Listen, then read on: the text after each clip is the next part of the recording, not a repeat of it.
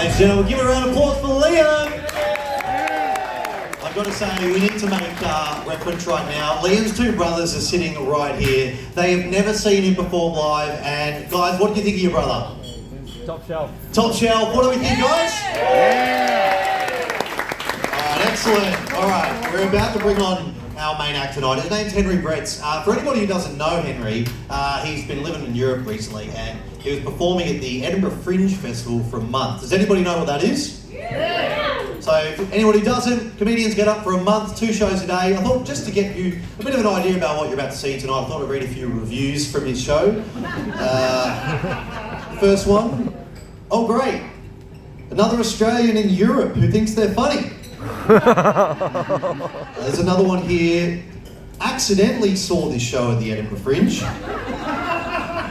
Wouldn't recommend it. And the last one was much funnier when he was on the radio, so I've heard. Anyway, look, for anybody who doesn't know tonight, Henry and I, we actually used to be together. Partners. Yeah, we used to be partners by Australian immigration officer standards. We'd actually be classified as de facto the amount of time we spent together. Look, he's my ex, is what I'm saying. Okay? Who here has an ex? You got an ex? Yeah, you stand sure. Alright, what I want you to do right now is I want you all to picture your ex. Okay? Picture your ex. Yeah. Now, I want you to imagine your ex. For the last 12 months, you've watched your ex travel the world. You've watched your ex post photos on Instagram, meeting new friends, finding new lovers, going to music festivals like Glastonbury. And then I want you to imagine your ex sends you a message after 12 months and goes, "Hey, I'm back in town for a few days. And guess what? I'd really love a favour from you. Could you please get up in front of a whole room full of people and speak favourably about me?" And ladies and gentlemen, get this. That same ex wants you to do that in a room full of people who right now have all paid to see him perform in a room that he used to perform at for free. Ladies and gentlemen, it gives me a huge amount of pride to welcome to the stage. You might know him from the Mangroves, you might know him from Brisbane, you probably know him from that great time he was doing the Power 100 breakfast radio show, which many say was a catapult to his fantastic career. Please welcome back to Malones and to Townsville.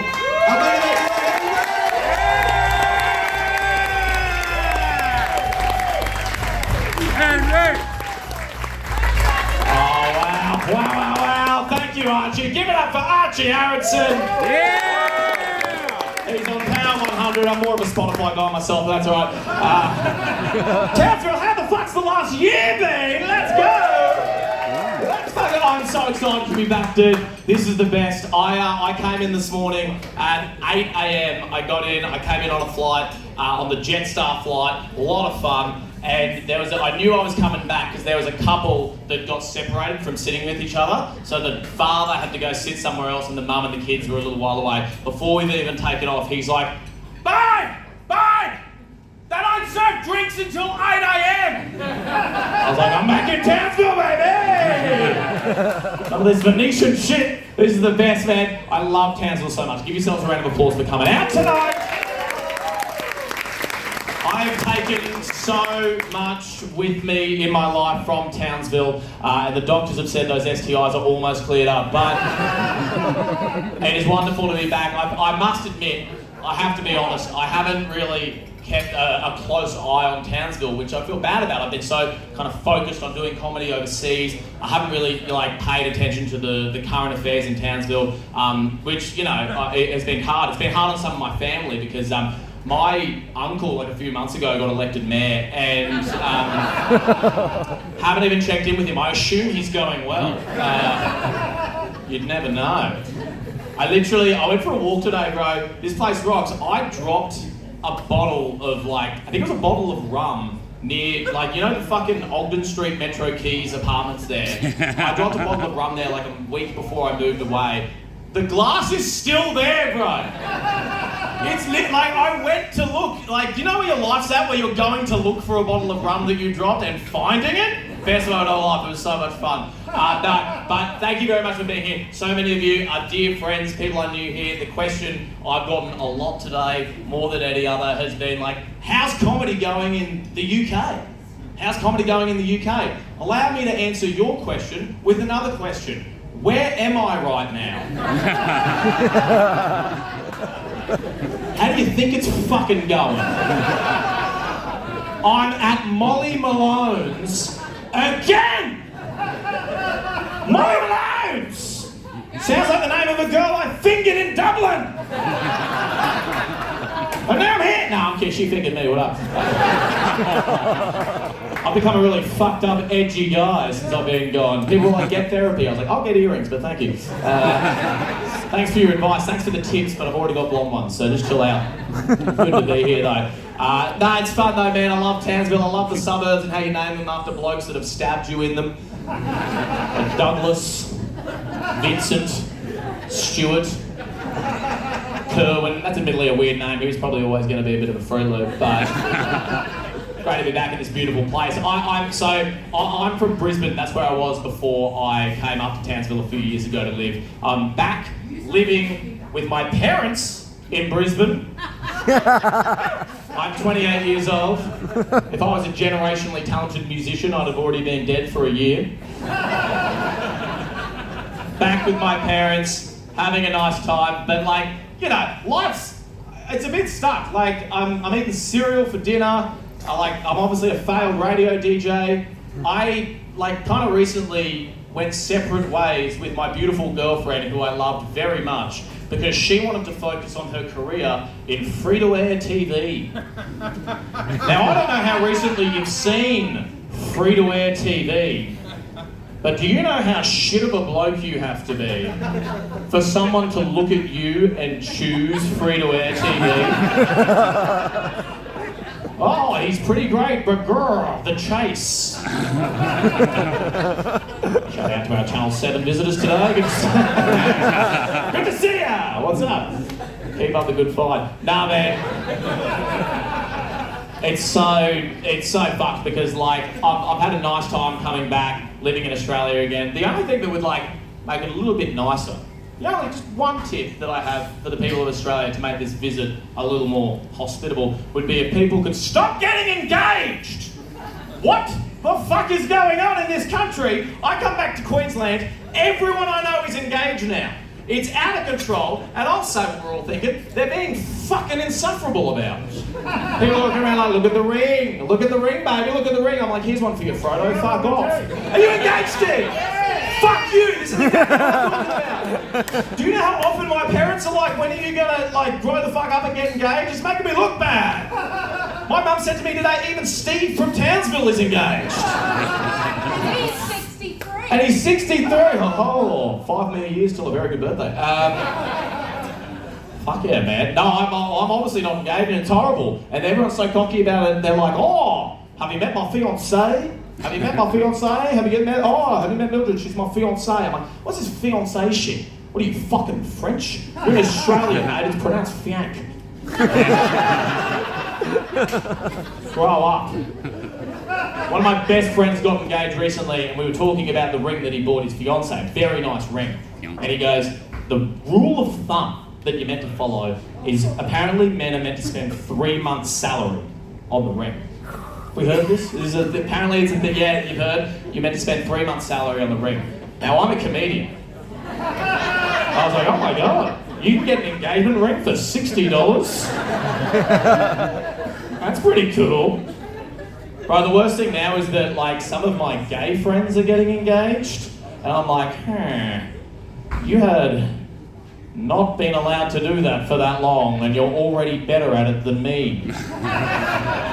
Do you know what it's like having a 4,000-year head start and being beaten at something? It's fucking awful. I voted for them to make me look bad to my mum. What a joke. My gay friends are getting engaged, and I was like, You weren't even like allowed to do that 7 years ago. Do you know how bad it is to be worse at something than someone for whom it was illegal until very recently? This would be like a Saudi Arabian man watching his wife pop up in the new season of Drive to Survive. I didn't know she was allowed to do that. My love life's going very well, thank you for asking. It's going well because my sister, while I was gone, got a puppy. She got a little border collie named Stevie, beautiful. And this was great news for me. Because I don't know if you've heard, but dogs are the new dating apps. If you take a dog into a certain location, you can use this as a way to like try to pick up. It's a big thing. Dogging means something else in Townsville, I understand. But this isn't the Palaranda version. This is just getting a dog to pick up. Now, I basically, like I may be unemployed, but I have spent a lot of time just walking up and down kind of bougie streets in Brisbane trying to get people to like pick up on me because of my dog. Just walking around with this very cute dog. Molly's, not one girl has approached me.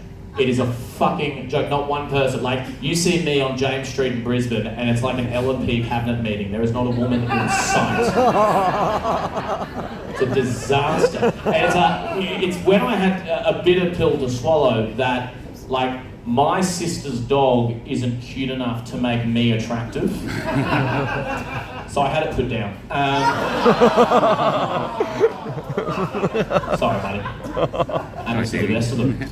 But no, it's fun, man. Obviously, I live in London now, as has been mentioned, which is an interesting place to live because it's very expensive. And I know that like the whole world has become expensive. London's an expensive place to live, and because I'm trying to do this for a living, I've had to come up with like ways to try and make money unconventionally.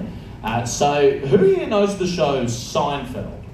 Yep. We know Seinfeld. Yep. Now, there's a very famous, popular episode of that show called The Contest. Now, what happens in this episode is that the four main characters have a bet, and they try to see who can refrain from self-pleasure for the longest. Now, me and my housemates were watching Seinfeld one dreary London night, and one of us was like, that sounds pretty fun. Shall we give it a go? So we all put in 20 quid each. The pot was $80. So £80, like 160 Australian dollars, for whoever could go the longest without masturbating. Folks, I literally could not afford to lose. I had everything riding on this. And I don't know if you've met me, but if you have, you'll understand why that was a really challenging proposition. I was walking around like a water balloon filled with Yakult for a whole month. It was a fucking disaster. And then I had to hold out, it was difficult, but I fucking won. Thanks so much. Good to be here. 80 quid.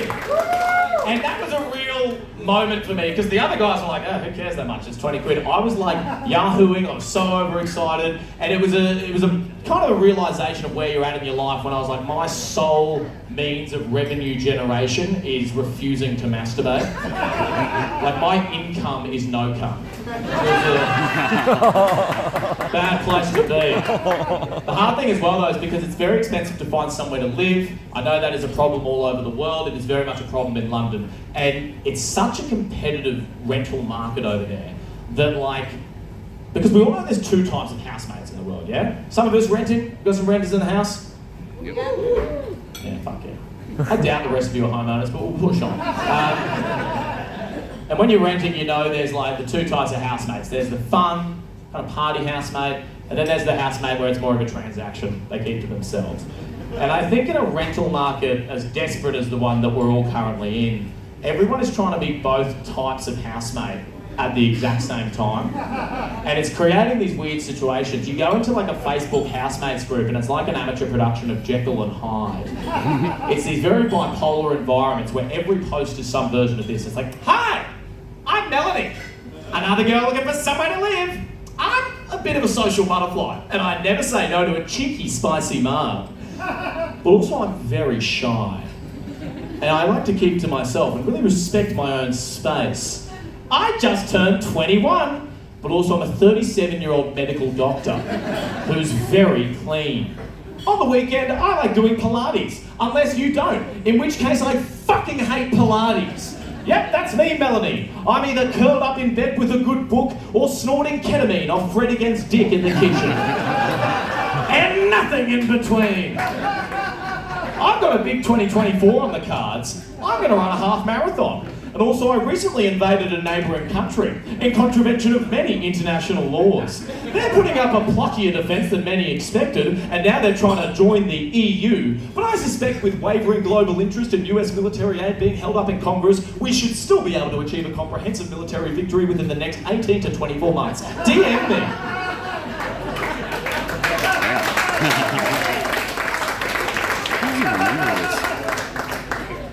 Hey fellas, quick one from me. I think Melanie, the new roommate, might be Vladimir Putin. Now, on the one hand, war criminal. But on the other hand, we really do need to fill these rooms. And I'm thinking if we let her move into one of them, she'll probably move into all the others without asking. So, English people are very funny though, because they are shocked that I'm in London. Not me specifically, just all Aussies. They're very shocked that we're there, because there's lots of us. And every English person's like, why would you move from Australia with all the beaches and babes to come here to drizzly old London? And I'm like, you know what it is, like, it's nice in Australia, but I'm in my 20s, I want to explore the world, live overseas, but you should definitely go to Australia, it's a great time. And they're like, what? No, what? Me, Colin, in Australia? No way, man, no way. I'm like, Colin, why is that? I'm like, because of all the spiders. This is, to a person, the response I get from all English people, that they simply couldn't risk Australia because of the spiders. Now, we all know that, like, there are spiders in Australia, obviously, but they're not, like, everywhere. They're not, like, walking down Flinders Street with AirPods in, holding 8 flat whites. It's like, morning. I said that in Edinburgh. This dude comes up to me after the show, an English guy, he goes, mate, how are you? Love the show, quick note for you. So, if there was a spider with 8 flat whites walking down the street, it actually wouldn't be able to walk because it wouldn't have any legs left because of the 8 flat whites, so you might want to remove that joke. I was like, congratulations, you just won autism. What the fuck is wrong? Get out of here! And some of them become really rude about it. They're like, can't believe you live in Australia with all those creepy spiders. No way. I'm like, that's how they sound, bro. Don't fact check me. That's how they all sound. What the fuck, no way.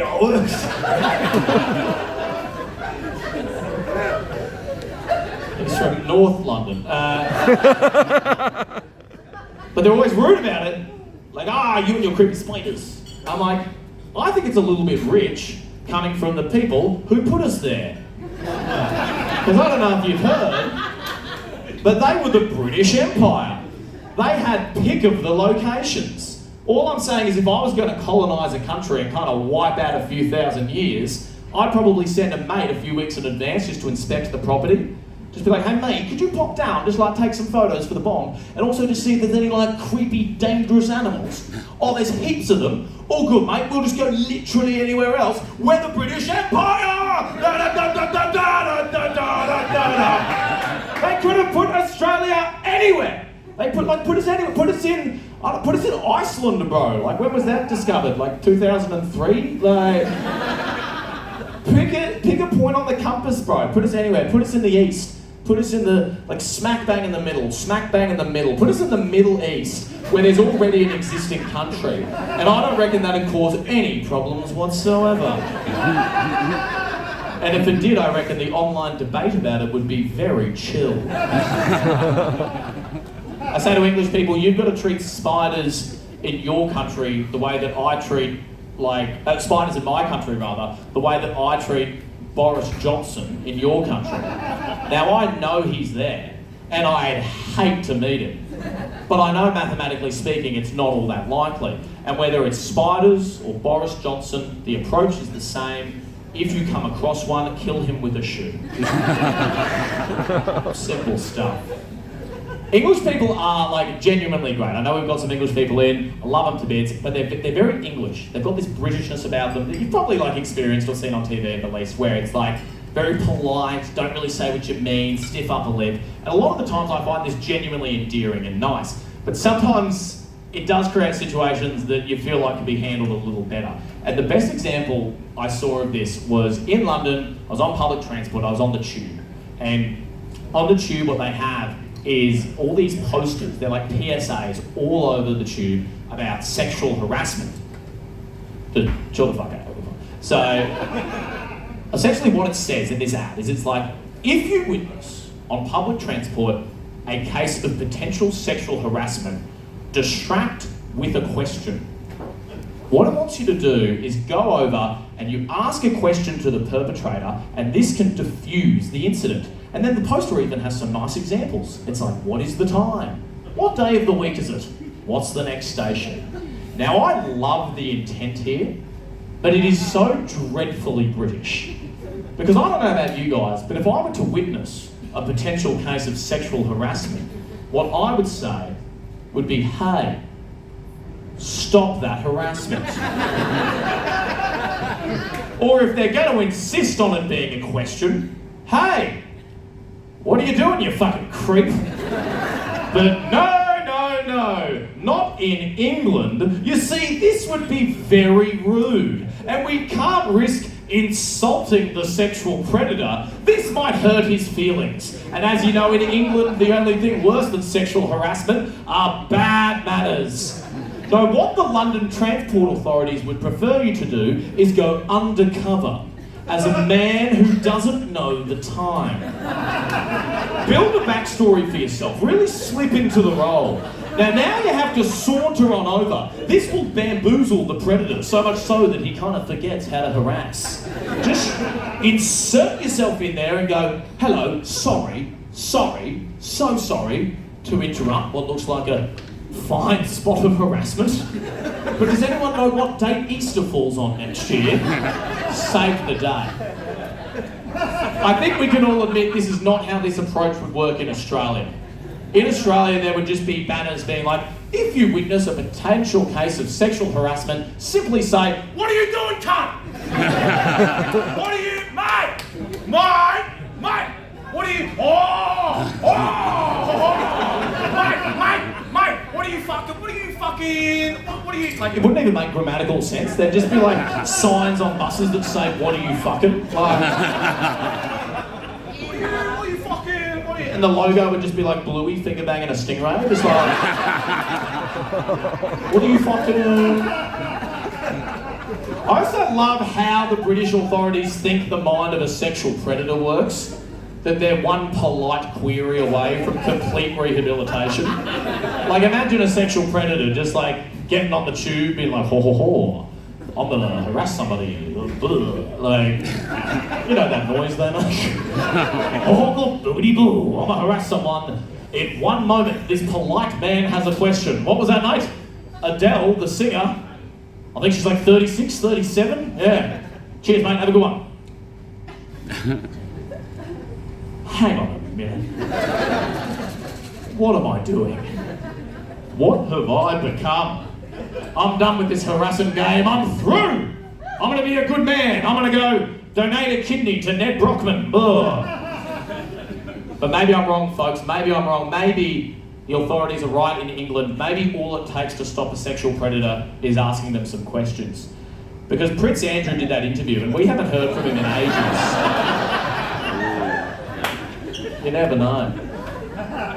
Folks, I'm very excited to have you here tonight. So what I'm going to do tonight, I've kind of mentioned it a little bit already, but tonight's show, I'm sort of asking a question about where I am in my life. How am I back in Australia with not much to show for it after having it pumped overseas? So I've been thinking a lot about a famous expression. The expression is, it's not about the message sent, it's about the message received. I've been thinking about this because I've been a bit spiritual about what I've been sending into the world. I feel like I send a lot of good energy out there. I try to get my best done, and it's coming up short. So maybe instead of looking at the message sent, it's about the message I'm receiving. So what I'm going to show you tonight are 3 messages that I've received in recent memory, and we're going to, as a group, as a class, break them down and see if it gives any indicator as to why I'm 28 and a little bit stuck. Now, the first message I'm going to show you, it's a little graphic, and it's about a health situation that I found myself in a short time ago. Now, we're all friends here, yeah? Many of us, literally, so it's okay to respond. So this is a health issue. I'm just keep it in this room, keep it to yourselves. Now, so I had a downstairs situation, an injury a short time ago. Now, this injury was very, very painful. It was of the penal nature. And it was really bad. I couldn't do anything with it. It was fully out of action. Even like urinating was very, very painful, very hard. Like urine has not caused someone this much pain since Todd Carney. It was a real situation down there. And like, I think as a bloke, when you're like downstairs is out of action, you realise just how much of the world is basically revolving around men just talking about their dicks. And it pops up in places that you don't really expect it. Like, I'm a big fan of rap music, as you can probably tell. And every rap song is just like variations of like, yeah, my girl's not working, yeah, she cold in sick, yeah, she got an appointment sitting on this dick. What a representation of the good penises out there. I think we need some more rap music for the dicks that aren't in tip-top condition. I need to hear more rap music that's like, girl, I love you, yeah, you so fly, but I can't tonight, I got a UTI. Hearing a lot from Usher, where's my boy Thrusher? What's going on? I don't know if I'm doing a good enough job of explaining just how painful this was. Like, ma'am, like, I need you to imagine, and just come with me on this, ma'am, can you imagine having a pain in your genital area? And this isn't a one-off, this is like a reoccurring, like periodical even. And like imagine if this was like, you know, once a month maybe, hypothetically, imagine if like when this happened, if like half of the population were kind of a bit rude about it and short, being like, oh, it must be that time of the month again. Like, can you imagine what that would be like hypothetically? That'd suck, phew. Anyway. I did some research. Turns out that 12% of men in their life will experience a UTI, just 12%, which means that for the first time in my life, I am a minority. Thank you so much. I get it. My life has changed. Last week I got cast in an ABC miniseries. I've had to spend all of my days taking photos for the yearbooks of private schools. Some of them ask me to stay behind and talk. I have to talk at the schools. I'm like, Year 10, sit up. You know, you can't spell UTI without U and I. Because we're in this together. Flop them out, fellas. Let's have a look. It was a Catholic school.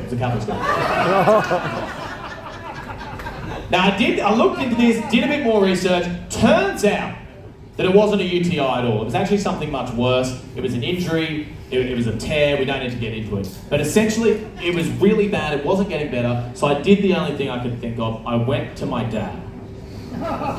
Now, what you need to understand about my dad is that his best friend, the best man at his wedding, is a urologist, like a dick doctor. Which is how they prefer to be called. Went to dad and said, listen, this is really bad. Do you think your friend would be able to do me a little bit of a favour and check this out? He goes, listen, Henry, I'll talk to him, I'll get back to you. He calls me back the next day. He says, listen, I've spoken to him and I've got to tell you, he's happy to give you a free consultation. I was like, great news. He goes, but there's a bit of a problem. You're in London. He's in Brisbane. He's going to need some sort of visual aid to assess the situation. There was a pause between me and my dad. Dad, are you asking me to send Desmond a dick pic? Now, what I'm about to show you are real screenshots in a conversation between me and my dad's best friend. This is all real. Hey, Desmond. Hope you're going well. Spoke to Dad today and he said you'd be willing to help me out with my downstairs issue. Hi, Henry. Yes. Banter is flowing. Great. Thanks for that, Desmond. Really appreciate it. Now, when you're going to send your dad's best friend a dick pic, as I'm sure we've all done, you don't just want to send the photo. Because he could be doing anything on his phone, bro. Like, he could be watching Disney Plus with his kids, and then it pops up. Awkward conversation. So you need to come up with an alternative means of delivery. Now, I don't know if there's a more humbling activity on a Sunday afternoon than uploading photos of your defective ding-dong to Google Drive. And observing, by the way, just how quickly these photos are uploading. These are not large files. I say, I've whacked some photos into... Hate that I said whacked, by the way. I've whacked some photos into this Google Drive link. Let me know if that works on your end. Is that working? Henry, it is saying I do not have permission to open file. Can you please share with my email, Des? We're on Des terms now, which is good. Yep, sorry, it's not the shareable link. I've just changed it in settings. Yes, that is working. I have opened the photos. Gee whiz.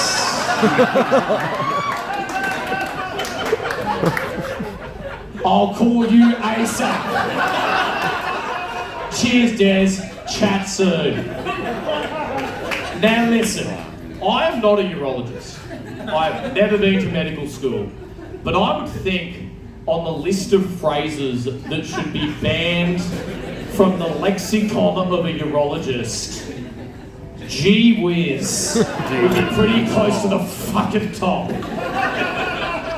Desmond calls me, he goes, Henry, this is not good. This is bad. You're going to have to really look after this thing. You're going to have to restrain from all sexual intercourse for up to 2 weeks.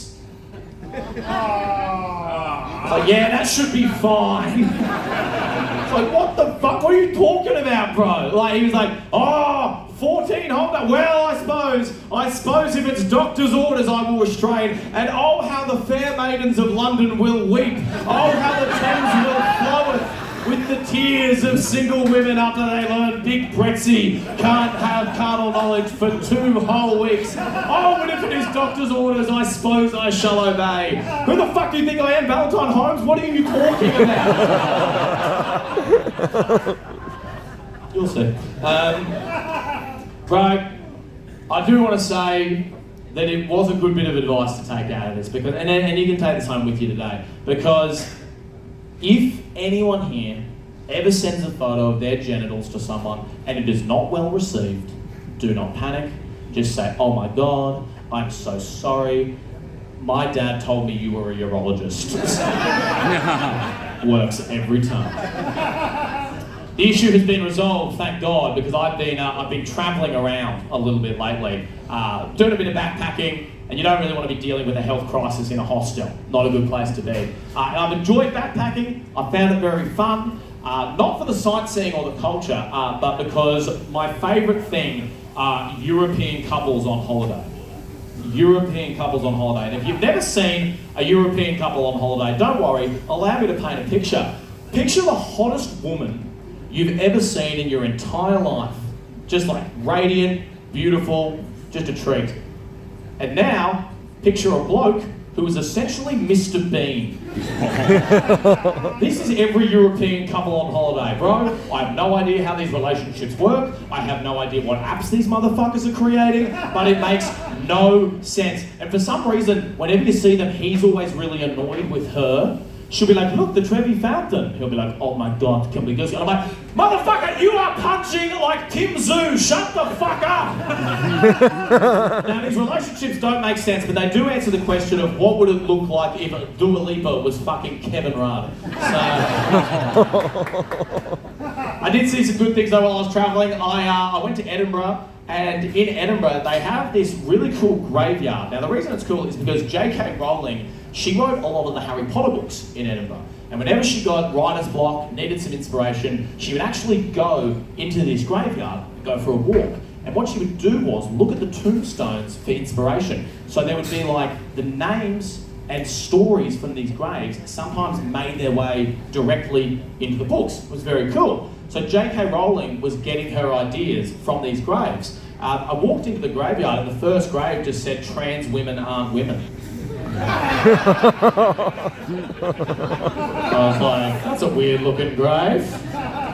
the one next to it said, that Italian boxer at the Olympics should have been disqualified. I was like, that feels like a reference from August.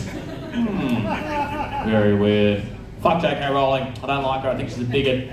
I'm allowed to say that because I'm an ally of the community. I'm an ally.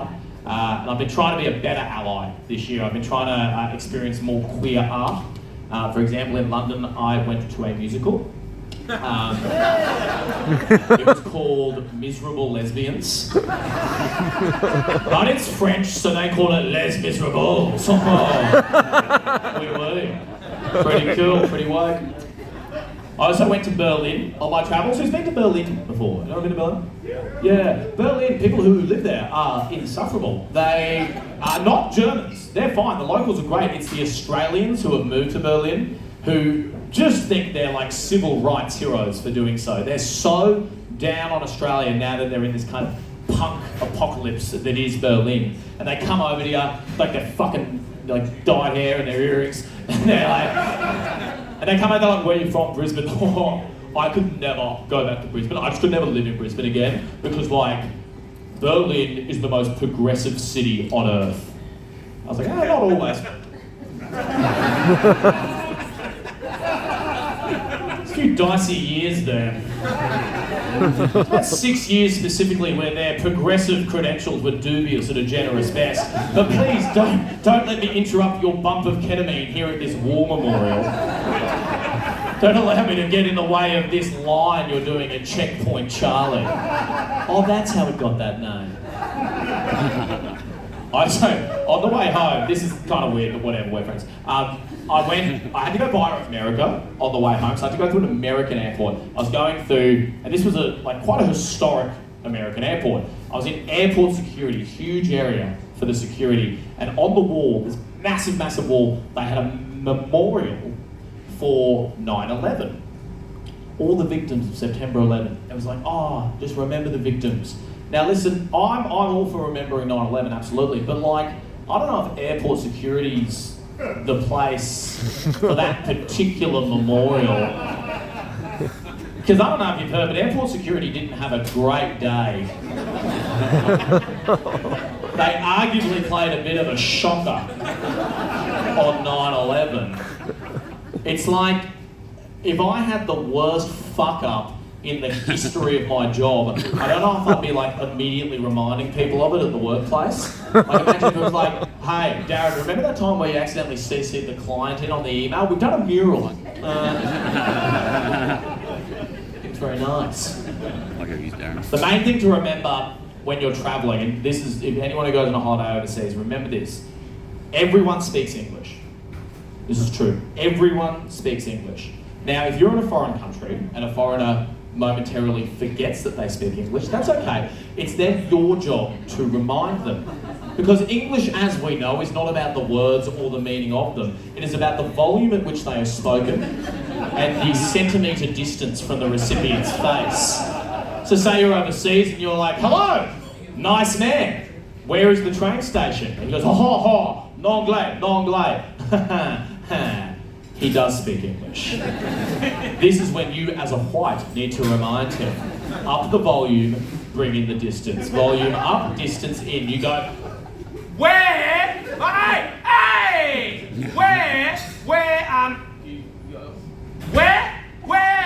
is the train? What helps as well is if you start talking in like a condescending little baby voice. This really helps unlock the etymology of the words. You go, you're so old and cute. Look at you. Where's the train station? At this point, the foreigner will go, oh my god, I'm so sorry. I do speak English. Stupid. I just only was raised on that dialect where it needs to be screamed at me by a bloke in Birkenstocks and an Arsenal jersey. So silly. But it hasn't all been travel and UTIs for me, my friends. I have had to get down to brass tacks at moments. Had to get a job. Now, I had to get work over there in the UK, and the job that I ended up getting was a job as a substitute teacher. Now, I know what some of you might be asking. Henry, do you have a teaching degree?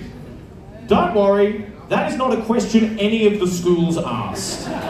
I'm not kidding. The English system is so fucked up that they allow you to go into a school, be a cover teacher without a teaching degree. This is true. I got this job on Facebook. Now, I turn up on day one to this school. No joke, I'm talking to my agency on the phone. I'm like, listen man, I gotta tell you, I thought I was just gonna be a helper. They're putting me in a classroom. Like, I don't have a teaching degree. And my agent goes, yeah, probably don't mention that. Get up, DL, man. So I go in, I'm like in this classroom, and immediately, this was kind of like a more diverse sort of outer area of London. And I can immediately tell this kid who's the class clown. He runs over to me, big smirk on his face. Now let's just call him Ibrahim. Because that was his name. He gets up to me, he goes, sir, my dad did 9/11. And I couldn't believe it. Little old me, on day one as a teacher, teaching President George Bush's son. Follow your dreams, guys. I had another school. The next school they sent me to was an all-girls school. Now I was nervous because, you know, chicks. And I get into the school. The year 9 class that I was dealing with I'd been told they're particularly vicious. So I went there and I was like, tried to break the ice immediately. I was like, hey girls, does anyone want to guess what country I'm from? A girl at the back, without missing a beat, goes, ugly! You can't come back from that, bro. Like, you can't deal with them like a heckler. You can't be like, oh yeah, well fuck you, bitch. But I did, and now I do this for a living. So, gotcha. Fuck kids, I hate them. I'm over them. I do want to have my own though one day. Or adopt, more than happy to adopt. The magic of adoption is not lost on me. I've seen Stuart Little. Just a side note on Stuart Little, by the way. What was going on there? What was that situation? How fucked up were the other kids at this orphanage that these parents are like, we'll take the mouse. Just that mouse, please. Kids are cool though, man. The kids in the schools are very woke these days. They're very woke. Which is bloody hard. Hard to be woke because you can't say anything anymore. You can't say anything anymore, which is a phrase usually reserved for people who say heaps of things. But I overheard a bunch of kids talking about Australia, and they were like being very progressive, and I wanted to get in with them, like fit in. So they're like saying, oh, like, you're from Australia, so can you believe Captain Cook? Can you believe Captain Cook? Like the fact your country still celebrate him, can you believe it? And I was like, yeah. Whew. And what he did to Peter Pan? I don't know, that boy was a child. Tear down the statues, I say. The worst thing about being a substitute teacher is not one of them wanted to start a rock band with me. I went in all hyped up after stealing my roommate's identity and job. I was like, hey guys, let's start a rock band. Let's go beat up on my old band who kicked me out. Can you believe it? They kicked me out of my own band. I got all these kids in a van, super legal, and we drove to this Battle of the Bands competition, playing in front of tens of thousands of people on a weekday morning. And we're all there, and my old band are like, heal me. I'm like, oh, fuck no vacancy. Fuck that band. I get all the kids, even the Asian ones on the piano, and the hot one from iCarly, and like, hot now. Hot now. Hot now. Not in school, you get it. And I'm like, let's go, let's fucking, we go out there, and it was fucking amazing. We're all like, and if you want to be the teacher's pet. And I was like, let's have a face melting solo from our very own Zach Mooneyhand. And this little dog's just like, fucking amazing. We walk off stage, crowd going crazy, and who wins? Fucking No Vacancy! My old band! Are you fucked? That's fucked! Are you hearing me, Townsville? No fucking vacancy! I'm trained 15 autistic nerds how to play the fucking drums, and I don't win! I'm losing my shit back there! And then suddenly we hear them from the audience, School of Rock! School of Rock! School of Rock! Fuck it, let's go! School of Rock! School of Rock! The second message I'm going to show you tonight is, so this is a real message as well. This is one that I received. Now what I need to tell you is this was unprompted, this message. It was a message sent to me and 5 other people in this conversation. It was a group chat. And this is all I received. It says Shag as the name of the group chat. And it says, You are my last 5 shags. Here is the rating. Now, all you need to know for this exercise is that my name is Henry. Okay, we got it? What's my name? Henry. Great, thank you very much. So my name is Henry. Let's have a look. First best, Matt. That's not Henry. Second best, Xavier. What? Well, that's a pretty wacky way to spell Henry. What's going on? Number 3, third best, Will. At this point, I'm having an anxiety attack. Fourth best, Henry! Fifth best, Campbell. Sorry, I don't remember it.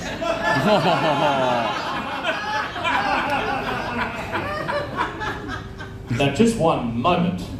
At first, my friends and I were over the moon. We were ecstatic. I was like, oh, well, I didn't come last. I didn't achieve it. Didn't come last. He was 5th, all good. But when you think about it, this is the worst possible scenario. Because my client, Your Honour, came 4th.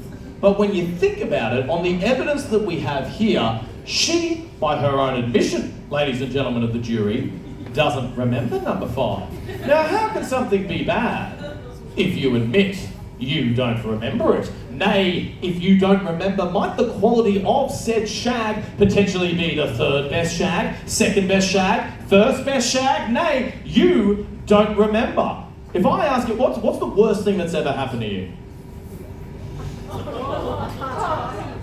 Today, maybe. That's pretty good, alright. Fucking show off, Jesus Christ. You're in this show, so it's not going that well. Did you have a car crash at any time or anything?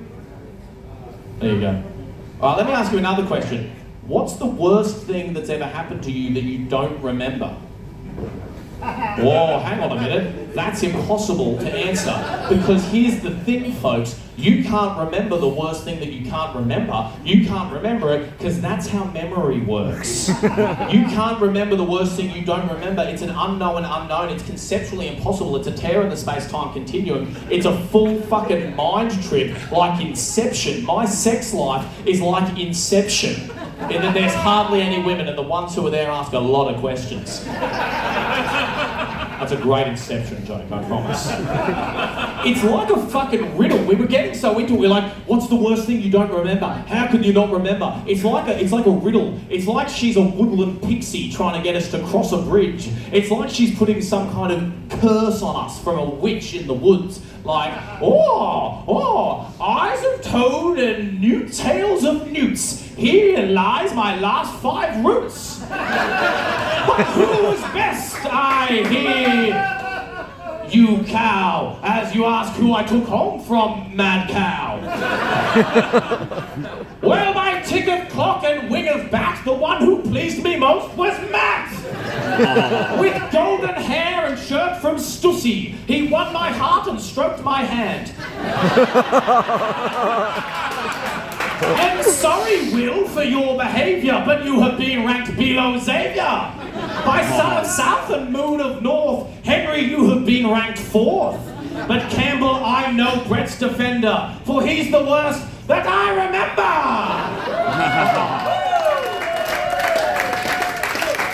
I cannot believe that I got this fucking deranged message from Jenny Hill. Fucking around. Bit of comedy. Folks, I wasn't shagging all that good. I was ripping my penis. Things weren't going well. Plus, I had no money. And this school teaching job and losing Battle of the Bands to fuckheads wasn't paying enough, so I needed to get another job. Now, this is everything I'm about to tell you here is true. What this has all been leading to me telling you is that I, for the last 6 months, have worked at an aquarium. It is the London Aquarium, and what happened was I was scrolling LinkedIn for jobs. I was looking at LinkedIn, and what popped up was London Aquarium auditions. And at first I was like, what the fuck? Like, I thought they meant like auditions for the fish, and I was like, that's weird. I didn't know that's how they selected who gets to be in an aquarium. And then they was like, no, we need performers. So I go along, and it's a huge room, literally in front of the shark tank, a massive space, and in the shark tank, there's like 30 people there. Most of them are like actors, and we all get given something we have to learn, to read, to audition, to be the next ranger at the aquarium. So all the English people getting up and they're doing fine, then it was my turn. I got up, I kind of like didn't put too much mayo on it, I kind of did it like this. I was just like, "G'day guys, I'm Diver Henry. Welcome to Shipwreck Cove. We have 5 different types of sharks here today. They really are some fin special. So why don't we get these wheels in ocean and dive?" Like, it was just like shit like that. It was all like lame puns and stuff, did it like that. Went fine. I noticed that people were kind of snickering a little bit in the crowd, but I was like, whatever. So then I had to stay behind for a job interview. And I go to the job interview, I walk in, the manager's like, "Hey, how are you? Thanks for coming." I was like, "Oh, great, thank you so much for having me along, it was great." And she's like stunned, she goes, "Whoa!"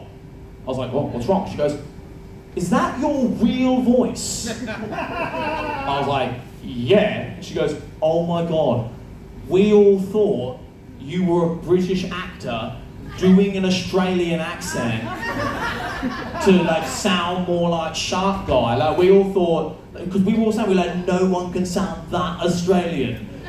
So that's," and I was like, "Oh," like, and I didn't know how to, so I was like, "Oh yeah, no, this is my real voice." They're like, "Oh my God, you're like Steve Irwin." And I was like, "Don't fucking say his name." You don't think who I saw you got in here? You don't think I saw that fucking stingray that I saw? That fucking murderer that you have in here? Giving him asylum here like fucking Bin Laden in Pakistan? I know what you've got. You've been hiding this guy in here like a little underwater Julian Assange, and I'm gonna fucking, the moment you guys back to turn, I'm gonna kill that little murderer. What even is a fucking stingray? Fuck stingrays! It's like an eel fucked a pikelet. What's going on? I'm gonna go in there, I'm gonna avenge Steve, I'm gonna avenge the whole Irwin family. Terry, Bindi, his straight son Bob.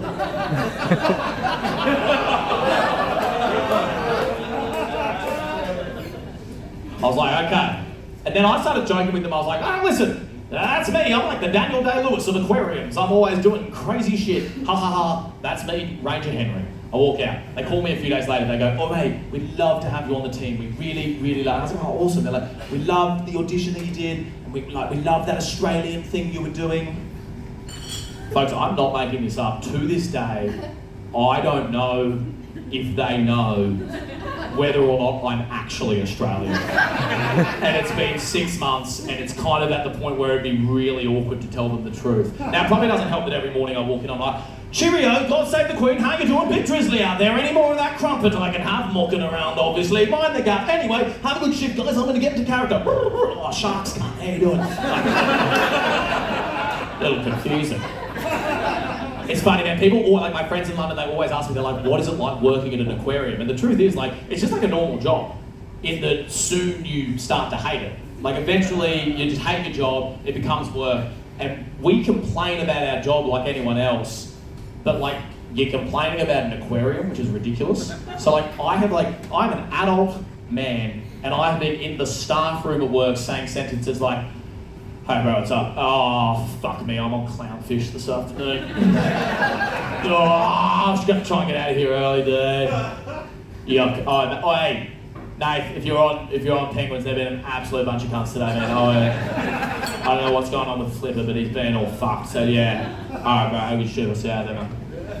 I go out on the floor, now because I'm Australian, and I've kind of bamboozled them with the accent, they think I'm like a major expert in all things marine life. So they're like, "Oh, you can go around and like deal with school groups and their questions." So I get asked things. I don't know shit about marine life. They're like, I'm not like some fucking virgin from JCU. Like I was like, I don't know anything about this. So they like come up to me, but I've developed this really good method with how to deal with the questions. When a kid asks me a question, what I do is I lie. Foolproof method, because like some 12-year-old from Bristol's not gonna fucking fact check you when he gets home about what you said. So I'm not even kidding. Kids come up to me and they're like, "Excuse me, like what's that?" And I'm like, that's the fresh coral gillfish. It has 4 different flippers and is very racist." One of the more racist fish we have here. That one behind it is the catfish. It's very good at tricking past winners of Australian Idol online. That one over there is the Adam gillfish, the only fish that knows how to walk. So, there we go. One for the slogs. It's so funny, man. Mate, it's the best. You can say whatever you want of these things. You can make, like, God created the world in 7 days. Motherfucker, I created 15 species of fish in 45 minutes. And then what they tell you should do, they're like, oh, if you don't know a question, radio a marine biologist and they'll come and explain it to you. Fuck that. Has anyone here had a conversation with a marine biologist? I wouldn't wish that on my worst enemy, bro. These guys are so fucking... They're like basically chemical engineers that go under the sea. They are very strange people, and they're always like, oh, hey man, with the fish. By the way, that joke you told about the spider with the flat whites, it wouldn't work because of the land. You're like, shut the fuck up. How did you find me at my workplace? And let's be honest, I'll say what we're all thinking. They want to fuck the fish. That's what they think sleeping with the fishes means. They watched The Godfather, they thought it was porn. I tell you this for a reason though, because it's all relevant. Because what they said to me when they hired me, they were like, we actually do have a bit of a search process where we look at everyone's social media before we hire them. We do a scan of the social media. We go all the way back. I was a bit nervous at first. I got past, I got the job. And when I looked back at my own social media, I think I found there was something on there that actually helped me get the job. And that relates to the third message I want to show you tonight. So what happened to me a short time ago is that, for reasons we don't need to get into, there was a bunch of 19-year-old boys who wanted to kill me. Now, the reasons for this, they're ongoing. One of them thought that I'd gotten with one of their girlfriends. The reason they thought this is because I had. Happens. But so it was this whole fucking thing. It was a big mess. They were 19, and it got out of hand, and they started like sending me messages, and not just me, but my sisters as well, saying like, we know where your brother lives, we're gonna fucking come and get him, we're gonna bash him up, all these like very threatening messages. I thought it was bemusing, but my parents were getting concerned, they wanted to get the police involved, it was nuts. And I'm very happy that they took this approach, because I was sent one message from a gang of 19-year-olds that I think is the best message I've ever received, and I'd like to share it with you now. So the message says, wave, wave, wave. Hey big fella, hope you've taken out a really comprehensive life insurance, so at least you can get paid out for this. We're going to make sure you never make it anywhere, and if you did, we will come and get you, mate. Run and hide for the rest of forever, mate, because you are absolute pond scum and will never be anything more than that. Now there's a fair bit to unpack here, so let's break it down into more manageable sized chunks. Number one, hey big fella, hope you've taken out a really comprehensive life insurance, so at least you can get paid out for this. How do you think life insurance works? Who do you think gets paid? The dead guy? Like on the way out, like a show bag? Very strange. Number two, we're going to make sure you never make it anywhere, and if you did, we will come and get you, mate. Now, I love that despite this being a death threat, they're not 100% sure about their ability to stop me from getting anywhere. Like, they're kind of hedging their bets a little. I like the idea that they were all meeting with the aggrieved boyfriend, and he's like, what's the plan? They're like, we're going to stop him from making it anywhere. He's like, oh, and that's 100%? I wouldn't say 100. Yeah, wouldn't go putting that in writing. But, what are we going to do? So glad to ask, boss. In the unlikely scenario in which he happens to make it anywhere, at that point we will have the contingency plan where we will come and get him, mate.